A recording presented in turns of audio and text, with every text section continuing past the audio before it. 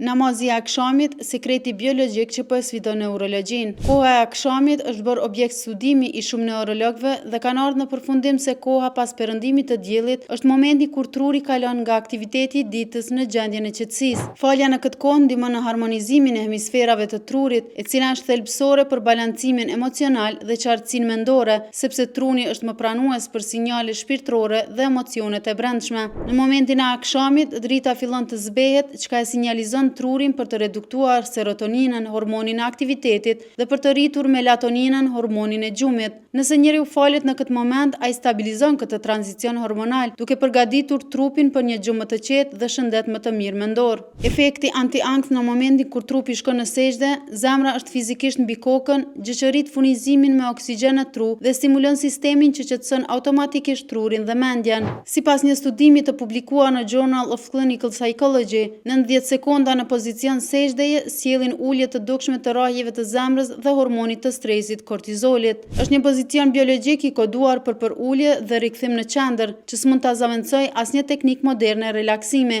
Dhe në fund mbetet e qartë një gjë: namazi nuk është vetëm një akt adhurimi, por është një teknikë hyjnore, një mrekulli e gjallë. Nuk matet, nuk krahasohet e as nuk zëvendësohet. Namazi është ai momenti ku edhe shkenca ndalet.